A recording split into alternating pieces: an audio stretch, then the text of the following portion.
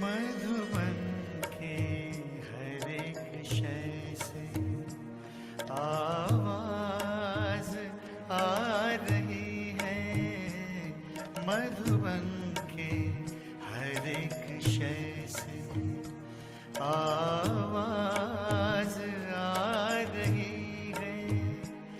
दिल के सहारे बाबा, दिल के सहारे बाबा, तेरी याद आ रही है, मधुबन के हर एक शय से।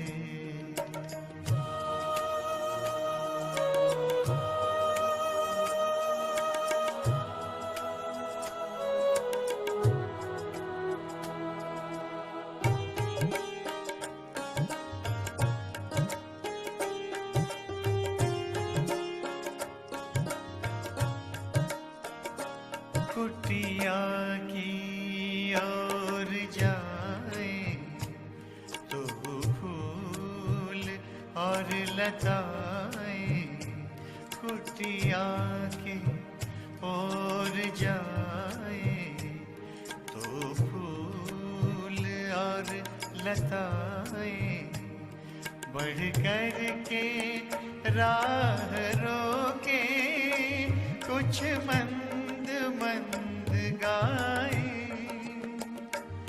बढ़ कर के राह रोके कुछ मंद मंद गाए। ओ प्राण प्यारे बाबा, ओ प्राण प्यारे बाबा, तेरी याद आ रही है, मधुबन के हर एक शय से।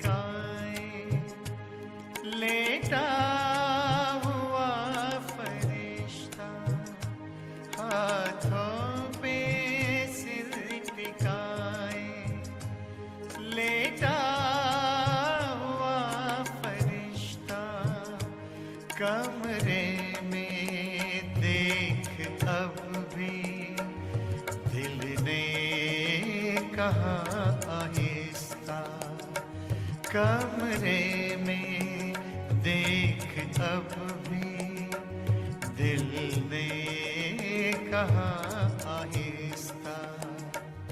आँखों के तारे बाबा, आँखों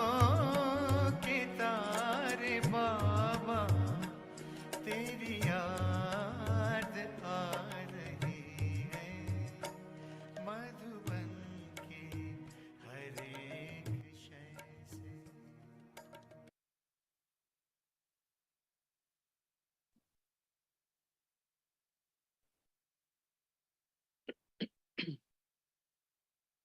Shanti. Om Shanti, Sister Jayanti. Om Shanti, Arunabhen. And a warm welcome to everyone for this Avyakt month. And maybe just a couple of stories. Of course, we knew that Baba was embodiment of tapasya. But to really bring that home was when Dada Vishwakishore left the body. And he left the body in Mumbai. And then as he was there, as he was having his operation, etc., Baba was waking up at 2, 3, maybe you can correct me, gentlemen, if I'm wrong, but 2, 3, he would be waking up and sending sakash. And the dadis were asking Baba, what are you doing? And Baba said, I'm sending sakash to my son. So on the one hand, there was just so much love and so much concern. But then when Vishwakishore Dada passed away, then they asked if they should bring the body to be cremated to Mount Abu.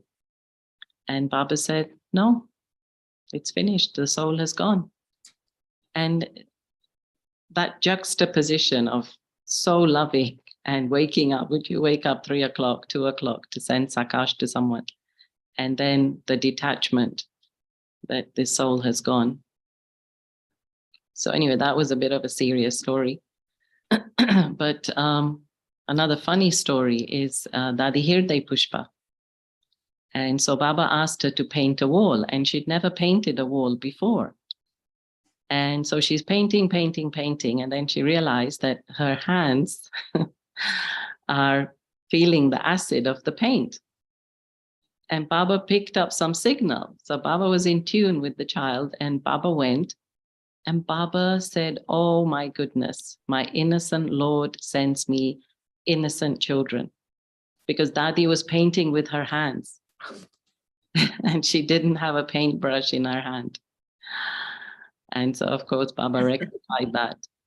But I found that interesting how Hirday Pushpa Dadi said, Baba got touching aya. Baba had the touching and he just came. So when Baba gives you a task, then he must have his eye on you, I guess. Right, gentlemen? Would you like to confirm that? Definitely. When Baba gives you a task, A, he knows your capacity, but B, he also wants to teach you something more. And so definitely he's watching and supporting. And just an addendum to the Vishwakishore Dada story. When Shilendra Dadi arrived in Abu, she had a whole album of the photographs. And she said to Baba, Baba, you weren't able to be in Bombay, but can I show you the photographs? Baba said, I don't need to see anything. The child is happy where the child is now. Baba did not look at a photograph. Can you imagine, as you said, this paradox of being able to have total engagement and love and yet be completely detached? Otherwise you'd say, okay, why not? I'm curious, let me see. But did not see a single photograph. And don't you think he was just being the example in everything so that children don't get excited to see such things? And maybe he was also having to play that part. Definitely, but I don't think that was the priority. The priority was his own inner preparation. And so his preparation, I must stay connected with one. And then, yes, of course, Baba knew that whatever he would do, others would see and follow. And so that was there. But I think the primary thing, think about it, this is March 68, and Baba flies away in January 69. And so it was already by then a time in which Baba had really prepared himself very powerfully. So thank you, Jen. Okay. And this is very definitely a January Murli, whenever it was spoken at that time in November. But it was a perfect Murli for all of us now, because Baba was talking about his beloved royal children. And the Hindi expression is very lovely, Raj Dulari. And it's not language you would use in common Hindi, but it's a very special, very beautiful spiritual language that Baba's using, Raj Dulari, and it touches the heart. And then the translation is a bit clumsy, but the best that we can do. The beloved royal children, the comforter of hearts, is happy seeing his beloved children, the royal children, come, and he's so pleased that all his children are the children who are kings, and all of you have a right to be a self-sovereign. And you've had the love of souls for many births, you've had the love of even great souls, but never again will you have this love, which is the special, unique love, the affection that only God can give at this time in the confluence age, And so it really is very special, and experience this love that carries you so high and makes you so elevated. And then all of you are Raj yogis, are you not? You're not subject yogis, praja yogis. And are all of you going to become kings? So what about your subjects? So Baba's teasing. On the one side, you're saying you are all kings. And then he's reminding you that, well, what about the subjects? Are some of you subjects? No, you are all kings. But then do you experience that right to self-sovereignty? Or do you sometimes let go of the kingdom and you forget that you have the right of the kingdom today? And your future kingdom depends to whatever extent you claim your sovereignty now, to that extent will you have the kingdom of the future. And your future kingdom has been described, and it's beautiful praise. One kingdom, one religion, a world that's filled with happiness, peace, and wealth, all treasures there. And then Baba took up each one of these different statements. And so firstly, the one kingdom. Are you truly the masters, the sovereigns of yourself? And are your subjects, your workers, under your control? And if you are, then the kingdom is functioning with law and order. Or is it that sometimes you aren't so strong, you become weak, and then those who belong to the kingdom of Maya interfere and enter your kingdom, and you start allowing them to take over and you become dependent on them. Just like if a king would gain a kingdom, then what he would do would be to take the sovereign who had fallen into custody and capture him and imprison him. And so is this what's happening to you? You allow those of Maya's kingdom to enter and you become subservient to them?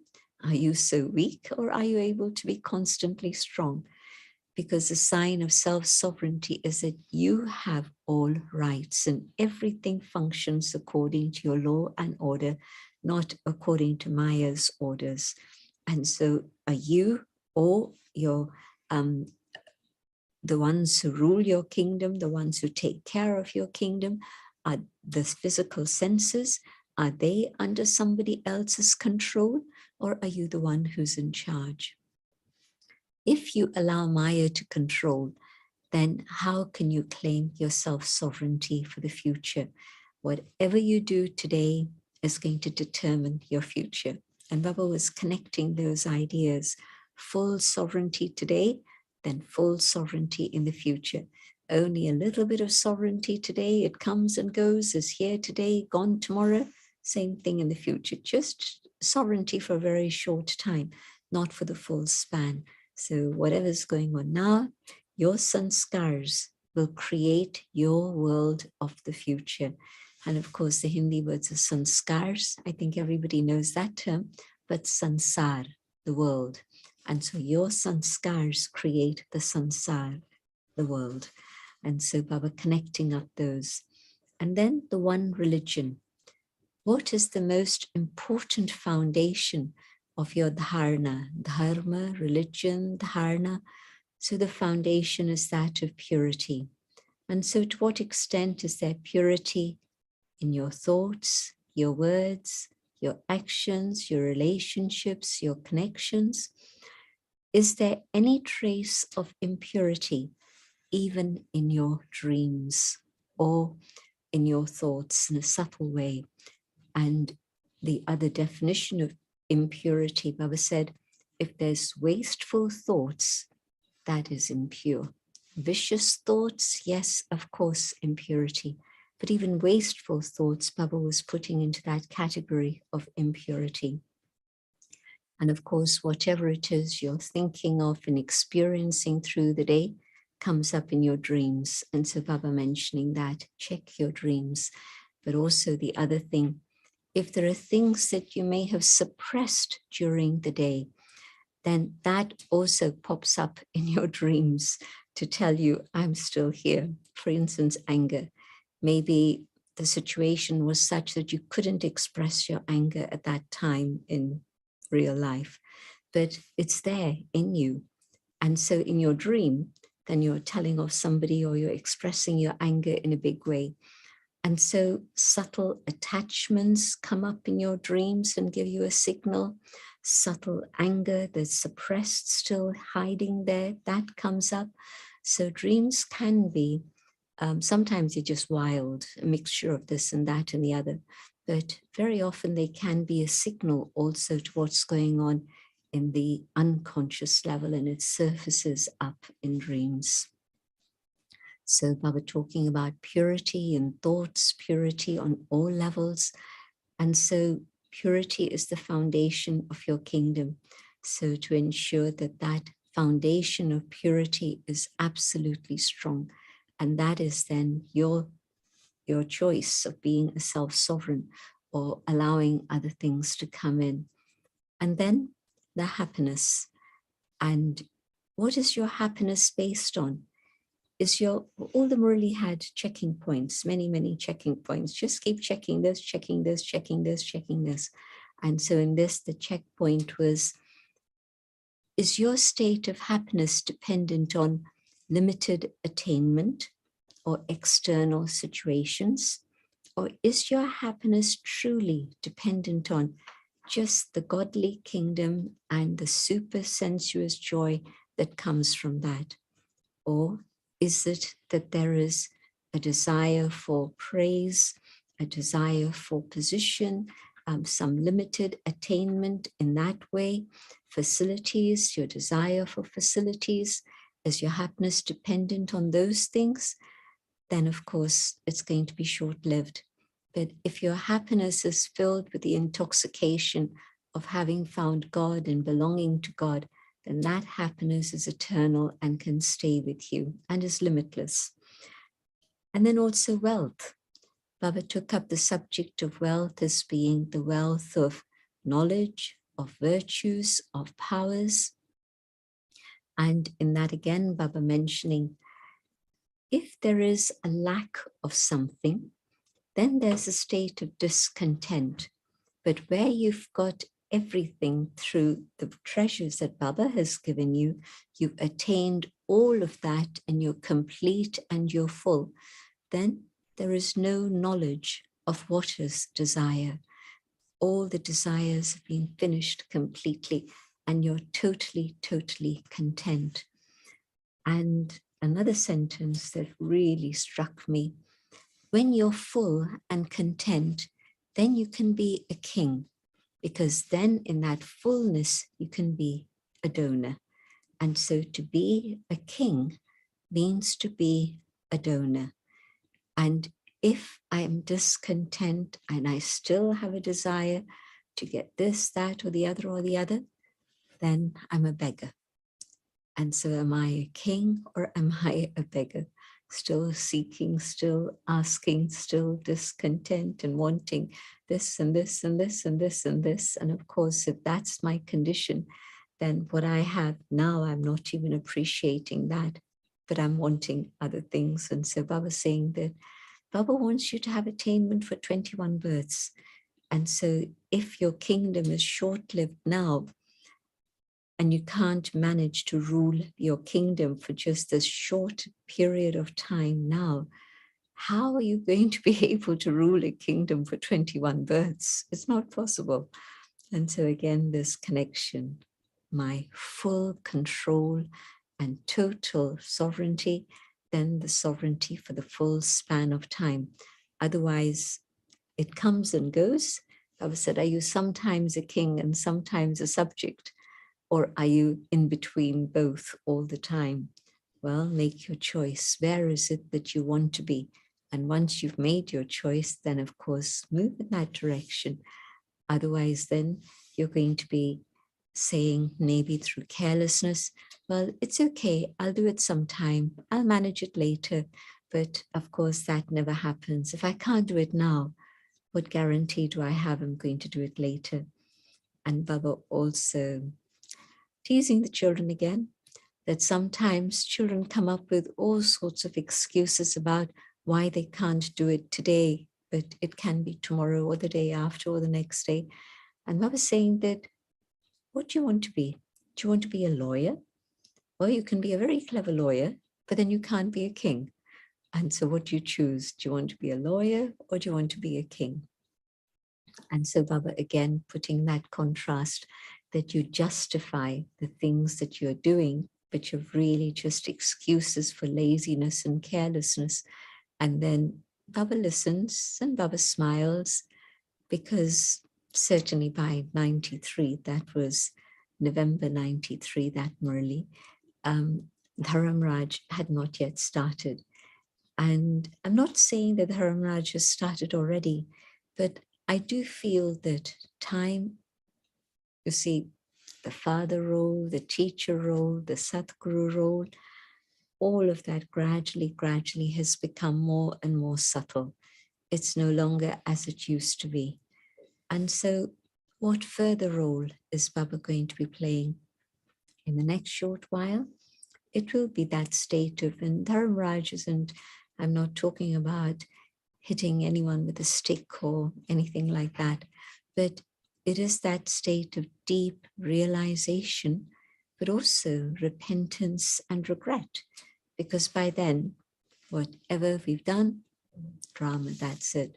So Baba's saying that Baba's still smiling and is wanting you to move forward and is telling you what you need to do.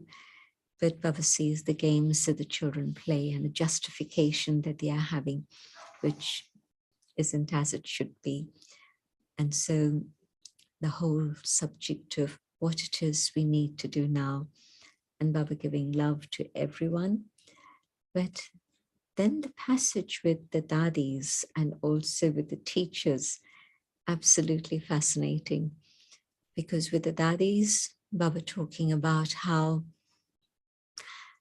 Baba is Karan Kravanhar, and so Baba is doing it, and all of you are the instruments to make it all happen. And Baba asking them, is everything managing okay? And Baba saying, yes, everything's going fine, because Baba knows. And then you're the instruments who are carefree, and so Baba can get his work done. Other people look at all the things that you're doing and are amazed to see everything. And for you, you say it's God's work, and so it's easy. For people out there, they worry. But for you, you're lost in thinking about God. These two words are so similar. Chintan, to be lost in that churning, in that reflection of God. And then chinta, you can see very small difference between the two words. Chinta, worry. And Baba's saying that when they worry about something, then in fact, you're moving far away from accomplishing it. Worry does not make you accomplish something. But for you, you're lost in the reflections of God, contemplation of God. And so God does everything that's needed and makes it happen. So that was very interesting again, how worry actually stops things from happening and you cannot be successful. But just be contemplating on God and yes, make your plans, but don't worry about anything and things will happen. And so Baba's talking about a very big task that is to happen.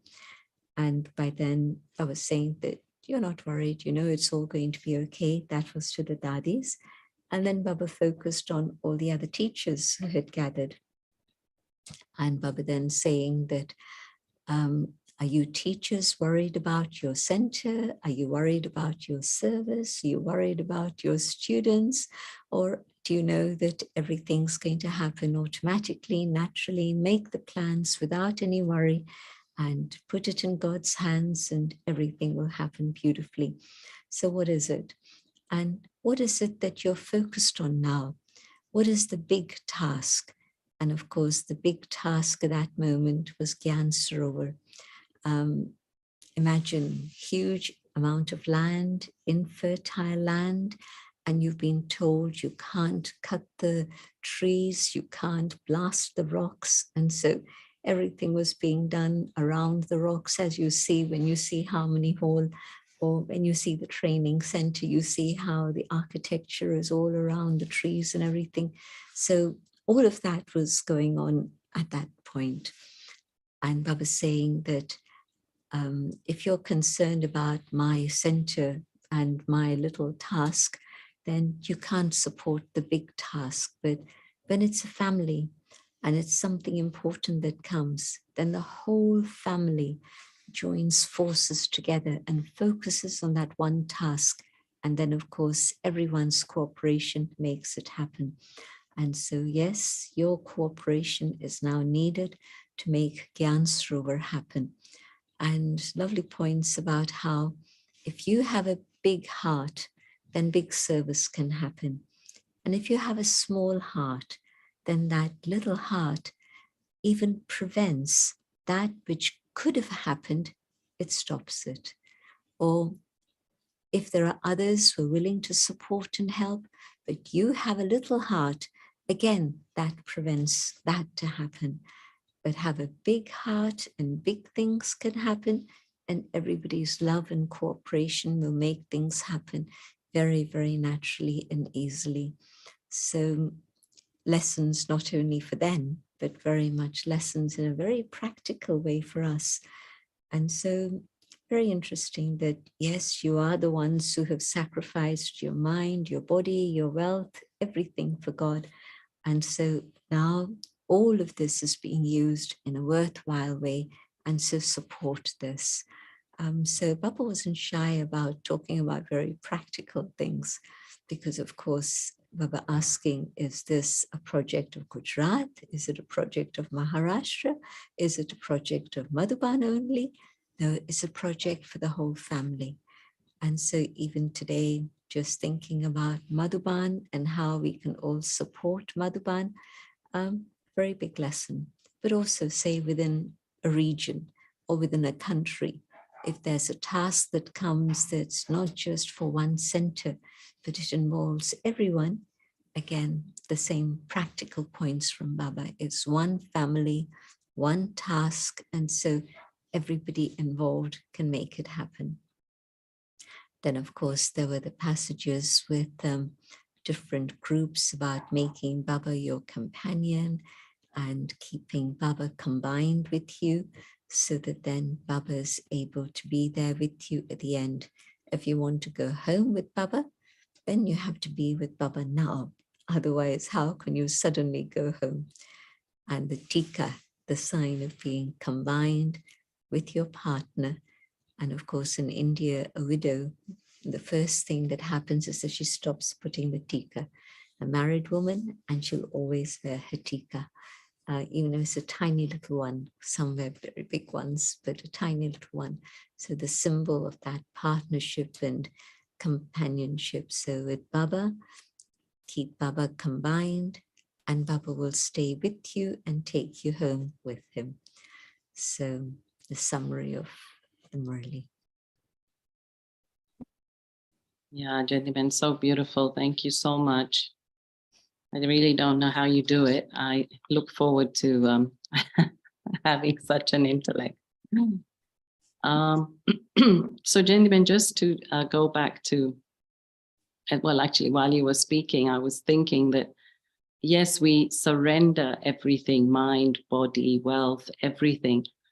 But when it comes to happiness and contentment, it's almost like we have to go inside, we have to dig deeper for it. It's because we all know that we don't become happy because we give, but because as we give, we're making space to find what's inside. So really, I think the essence of the question is, yes, gentlemen, after having received so much, why still the discontent? Actually, maybe I'll tie this in with this other question that I had earlier, which is they always said that for India, that the doors of the kingdoms were so mazboot, so strong that they could never be broken by any enemy. And the doors were always broken from the inside.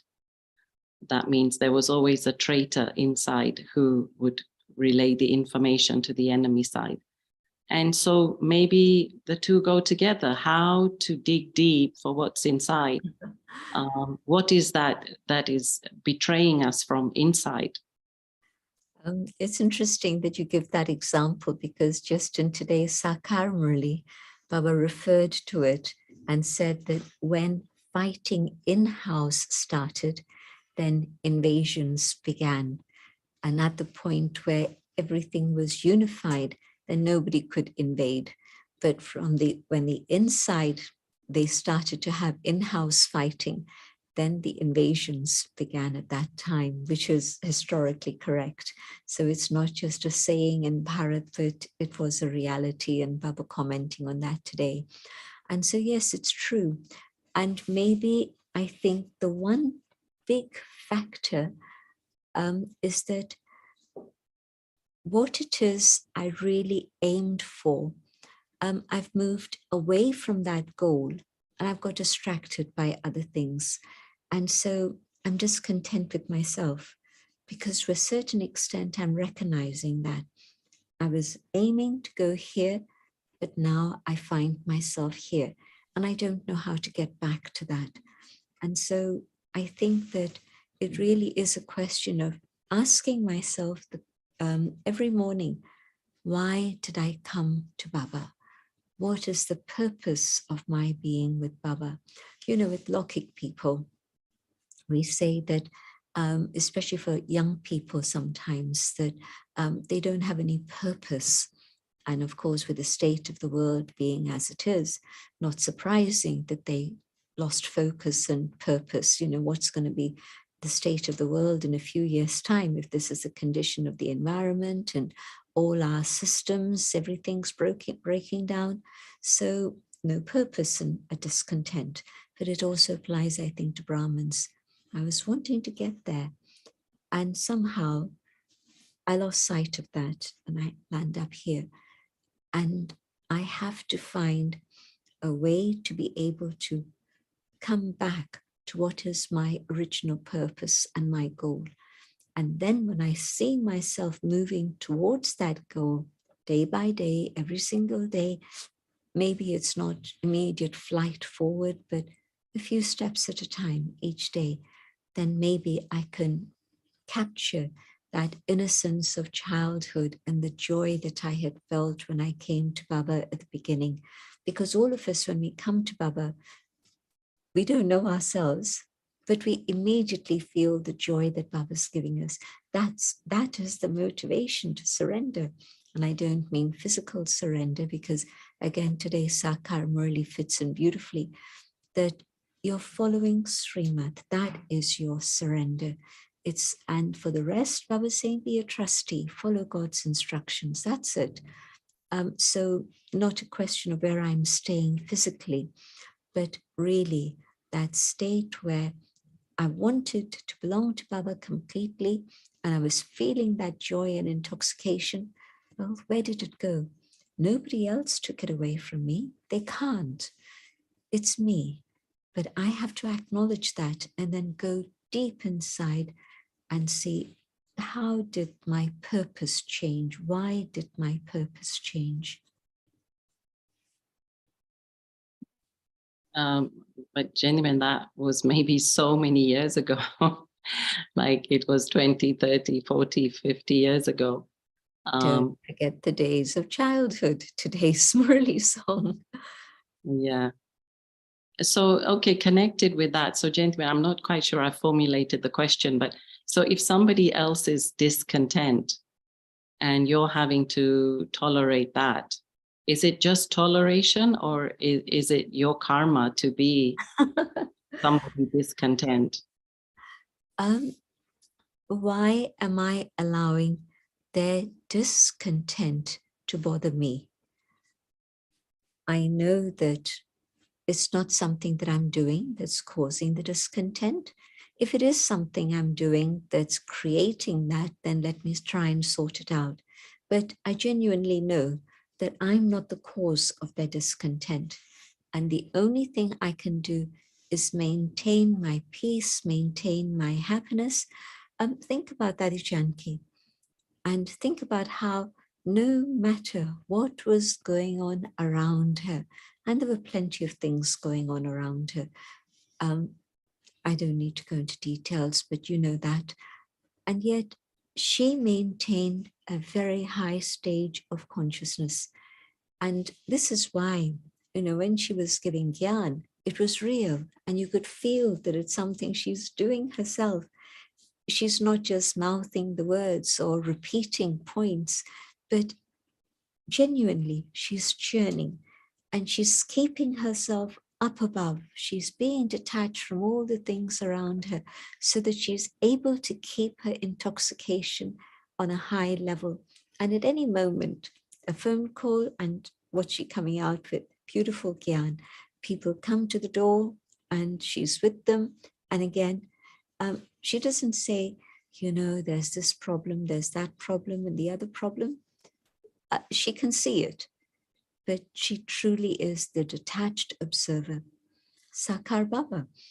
In Baba's days, people would be coming to Madhuban literally only for a few months of the year, say from April through to October.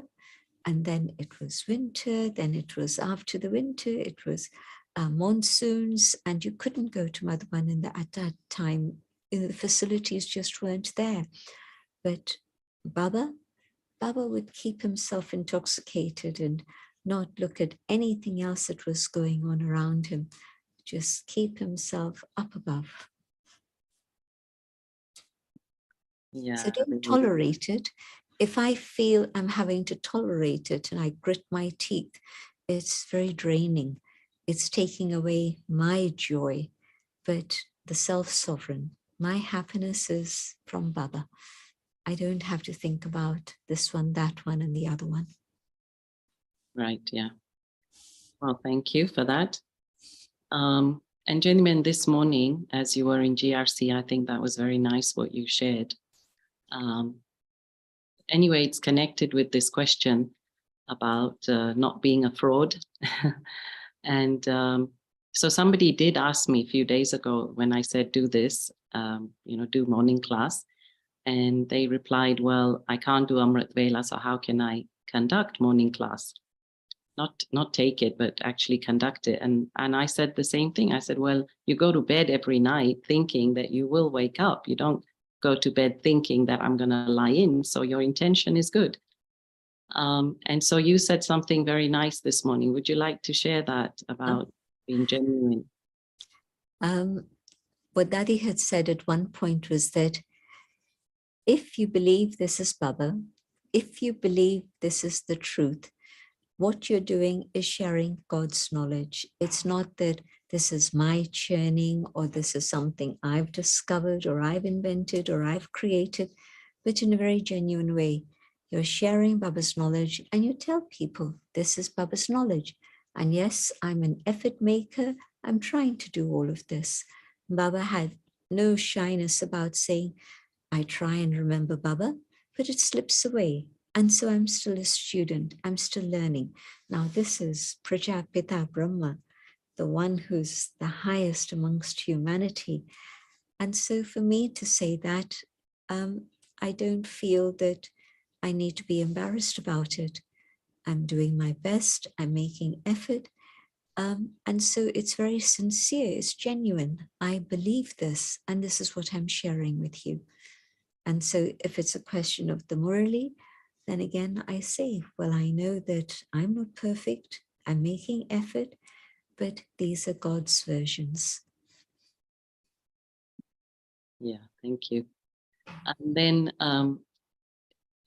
Jagdish Bhai used to say before that when another center opened nearby, then they would say, okay, let us help with buying the furniture, and each center would help the other and not be in competition with the other.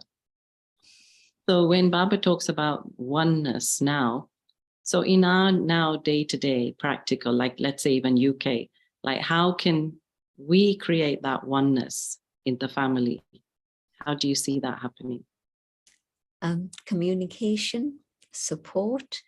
And I do see that actually the UK family is pretty united. If there's somebody having a major event, there'll be a lot of help available. People will say, shall I help with the trolley? Shall I help? Do you want somebody to help with the flowers? You know, all sorts of help comes from here and there and everywhere. Today, we had Gudrun here helping us with the decoration. Now, there's plenty to do in Oxford, but she managed her timetable, so she did what she needed to. And we can see part of the beautiful decorations just behind you. And today she's been here since, I think she left Oxford at 5 o'clock in the morning. And so, and when Oxford didn't even have a big oven, it just had a little oven, they said, can you help us making biscuits or whatever, we did that and sent it across. So I think there's a very natural cooperation that's happening, but this is the thing, just have a big heart. And Leicester used to help us so much, and today sometimes we help Leicester if they have a need for anything. So I feel that the seed that Dadi sowed in the UK for unity, I think that still persists, and all of us remember how much Dadi's big heart helped centers across the world, not just one place, one country, but I think there has been help given by Dadi to every continent, really, in a very real, practical way. Yeah, I think everybody here will be feeling that. So Jennifer, once, actually, that's the other thing. I think we should start calling you Didi, actually. And it just comes out as Jayanti, but I think you also deserve that.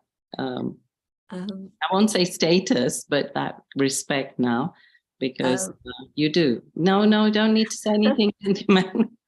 I know you're going to eat the humble pie. You don't need to say anything, but I think, yeah, we should start calling Jayanti Didi now. You know, I'll tell you something. In India, it is a question of status. If you're just Ben or you're Didi or a Dadi, you know, it's that. But abroad, I don't think if anybody says sister or Didi, people don't understand what is Didi. They even use the term didi. And I think that's every time I hear didi, I laugh. But some people, you know, they can't pronounce Didi the way we do. They say didi. It makes me laugh. So I don't think it's Dodo and Dada and yeah. Okay. All right. So when it comes out, it's okay then. And when Jayanti comes out. No problem. Okay. So yes, so there was this line from the Murli, another Murli that I had captured in connection with Avyakt stage. And so Baba had said that Shiva and Brahma are combined. And now you consider yourself Trimurti. So Shiva, Brahma, myself. So my question is, I can see how Shiv Baba can help me. I mean, we connect, etc., through meditation. What is Brahma Baba's role in that, in helping us? Is it just through the experience that he had? Brahma Baba is, in a very practical way, my father and my spiritual mother. And so Brahma Baba by my side with me, it's my father putting his arm around me and telling me, it's going to be okay, it's going to be fine. And so Baba is empowering me, encouraging me, supporting me, and telling me, carry on, I'm with you. I'll, you know, look after your back. I have your back, so you know that he's with you. And that's very beautiful for me. Right, and I just want to share a story because Baba had mentioned about the bouquet. And so the story is, Vidya Didi had shared that, so Baba had brought a plate or basket full of flowers into the room. And Baba said, which one are you? And everybody was shy to speak up because nobody felt they were worthy to be any of them. And then Baba explained that firstly, you have to be like the rose because it's beautiful and essential. And then you have to be like the lotus, which is loving and detached. And also they say deities have lotus lips and lotus feet and lotus eyes, hands, etc. And thirdly, always be like the sunflower, because it always faces the sun. And so to always look at Baba. So just wanted to finish with the Murli, and now we can go on to the questions from the chat. So this person is saying, when you had mentioned about Dharamraj, that the more they meditate, the more negative thoughts emerge, more negative memories emerge. So is that a sanskar or habit or lack of self-respect? Or is that an experience of Dharamraj?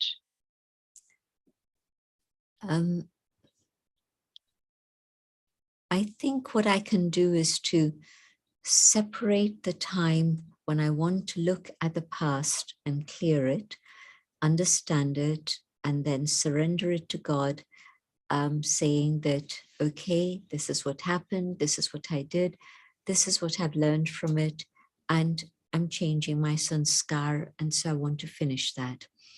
And then the time for meditation is really to go deeper than those memories, to connect with the original qualities of the soul. And if I can practice this in a very conscious way, can I connect with my original intrinsic eternal qualities of peace, of truth, of love, of purity? And in that awareness, come close to Baba, because Baba is the ocean of all these attributes, but I can't connect with the ocean unless I'm first connecting with these qualities myself. The value of looking at the past is to be able to learn from the past and to be able to, if it's not my mistake, if it's the mistakes of others, learn to forgive and say, okay, that's finished. But my time in meditation, I can change that through very conscious effort, in which all these other things will come, but I say, no, I want to go deeper. I want to go deeper. I want to go deeper. How deep?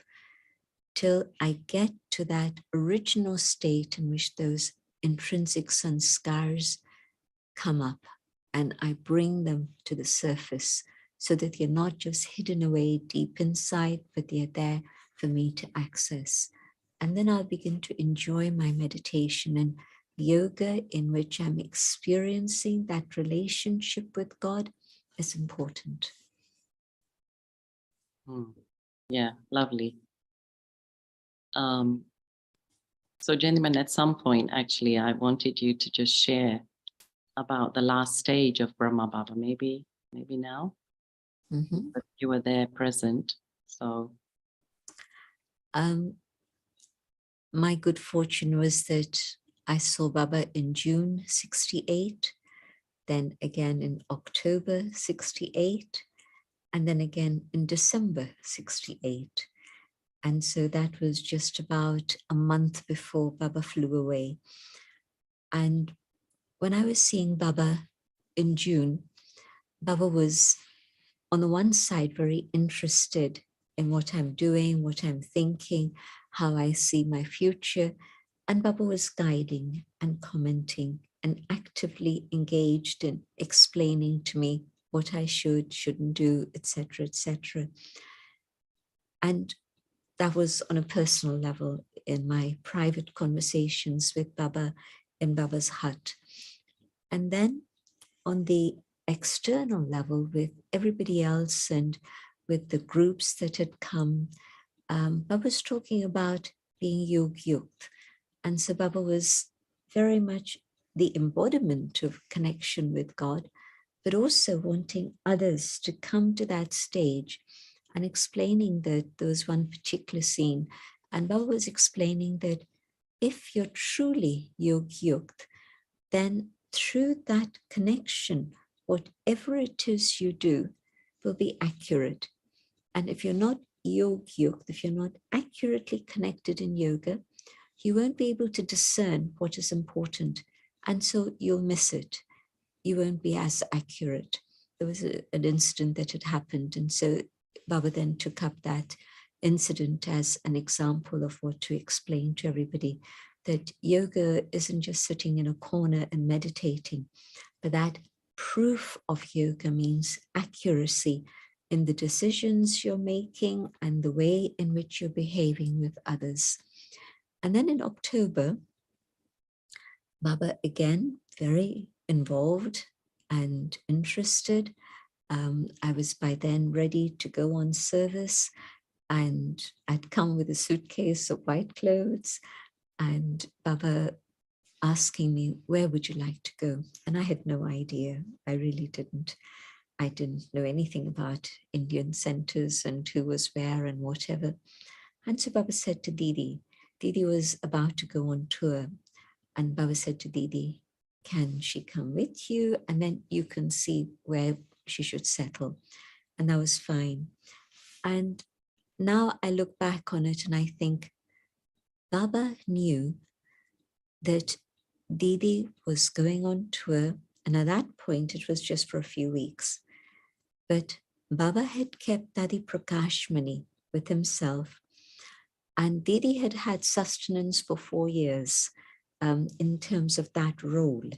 Of course, it all had sustenance together in the Yagya, but Didi had had always a special role of being with Baba as Baba's right hand and communicating with Baba in many ways, the manager of the Yagya. And after Mama passed away, then from 1964 to 1968, October, she'd been with Baba all the time, playing that role of, again, managing the Yagya. So she knew all the secrets of the Yagya. And Baba, absolutely far-sighted, absolutely aware, definitely by that time, that Baba was going to fly off very soon. And Baba kept sending Didi on tour. She'd reach a place, okay, child, what about going here? They need you, they need you. Didi did not come back till January 21st, just a little while before the final cremation, literally just about an hour before everything would finish in terms of the physical body. And Baba wanted to have a second person who could also be with Didi and manage the Yagya. And that was Dadi Prakashmani. And so she was chosen already at that time. She wasn't chosen on January the 21st, which is when Baba crowned both of them with roses, but she was chosen by then. And so over that period, Baba was mentoring Dadiji, because Didi on her own with her health and so on wouldn't have been possible. And Didi, of course, passed away in 83. So again, there would have been a little bit of an upheaval. But in this case, Didi passed away, no upheaval, Daddy there, because anyway, she'd been with Didi throughout from 1969. And so I'm seeing that Baba was very, very far-sighted, and Baba detached and having a big, broad vision of everything, and yet still engaged in a very lovely way. In December, when I went, again, I saw this paradoxical situation of Baba engaged and very loving, so happy that I came back in a teacher role with a group of people, and I wouldn't have managed them on my own, but Vimla Ben, Mahendra Bhai were there too, because it was a big group. But obviously, Baba knew that I'd been teaching and so on. And so Baba was seeing me in a very different way now. But Baba was very pleased that my life was settled, that yes, I'd made my choice and things were settled. So the blessings of that were coming to me, but also then Baba giving me instructions about what further to do.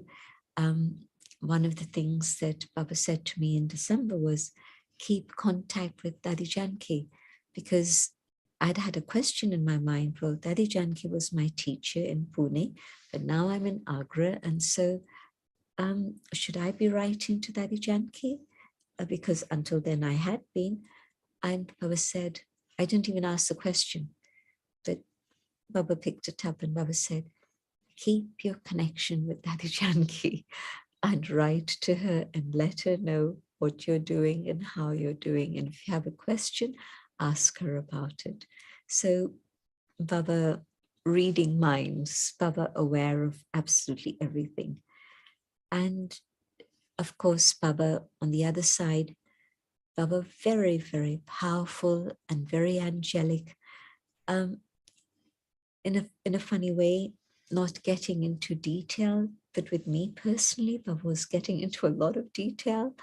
But when that was because Baba was concerned about uplifting someone's life. When it was just news and service activity, this thing, that thing, and the other thing, Baba could understand. And Baba would just say, okay, tell me the essence. Baba didn't want to get into that sort of detail. So there was a difference between what Baba was getting his head into and what Baba felt was not necessary. Okay, Baba knows his exhibitions, Baba knows all of this, it's fine, it's good, but carry on. But through that period between October to December, then after December it stopped. Baba was writing to Agra 3 times a day with instructions of service, because this beautiful museum had been created and Baba was giving directions for that. Do this, do this, do this. 9 o'clock, there'd be a letter. 12 o'clock, the postman would come again, another letter. 4 o'clock, the postman would come again, and there'd be another letter. And beautiful, constant attention from Baba. Earlier you were talking about individuals and how when Baba gives a task, Baba has his vision focused on them. The same thing here. Now it wasn't an individual, but a place, and Baba's focus and attention on that. So I saw Baba perfect. You couldn't find a flaw in Baba on any level. But that was June, it was also October, it was also December. So I think that really Baba reached his karmatit stage and played that role of being karmatit for that whole period of many months. And then that last moment when Baba spoke in that Murli at the end. And if you listen to the Murli on tape, the night of the 18th January, Baba does not cough once. Otherwise, normally you listen to the tapes and Baba's coughing and there's a pause. Chandrasada has to press the pause button. You can hear that, and Baba takes a drink from water, and then again continues. But in that Murli, everything is cleared, all karma settled. And Baba used to call the cough his friend, that the cough was going to stay with him as his friend till the very end. But now karmatit and the cough flew away. And of course, at the end of all of that, Baba actually saying to the children, Baba bids farewell to the children. And then Baba left. Yeah, thanks, gentlemen. So time is up, but gentlemen, now we use the term Avyakt very loosely, but when Baba left, then we said he became Avyakt. So you also just used the term karmatit. So Baba was Avyakt from very early on then, would we say that in a way? Baba was experimenting more and more with the Avyakt stage. And this is what Baba's teaching us to do also, experiment with the Avyakt stage. Okay, so I've had that experience of being in the subtle dimension and being with Baba, taking on my costume of light. And then I come back down here. Can I keep that Avyakt feeling, that angelic form? How long can I keep it for? And so Baba had been experimenting. And he managed to keep that subtle stage of consciousness and that Avyakt form 93. And he was walking absolutely everywhere. And I mean, you know, up and down, all the ups and downs that you see in Mount Abu, not outside the gates of Pandapavan, but going around everywhere. He went to the construction site of training center either on the 17th or the 18th of January. Now, this wasn't a physical body he was using. He was using his Avyakt form, the angelic form. And so he didn't feel that weight, he didn't feel that light, that heaviness of the body, but he was so light and he was able to do this. So he was using that Avyakt form all the time. Yeah, feel so attracted to that, Jayanti-ben. Hope to go home soon. Well, I think you can start experimenting with when you're walking around GRC, try walking around in your Avyakt form. Yeah, thank you so much for this. And thank you to everyone. We'll have one more session next week. And then Sister Jayanti is off to Madhuban. Then we'll see after that. So yeah, we'll have nice meditation now. Drishti. Thank you, everyone. And thank you, Arnaben.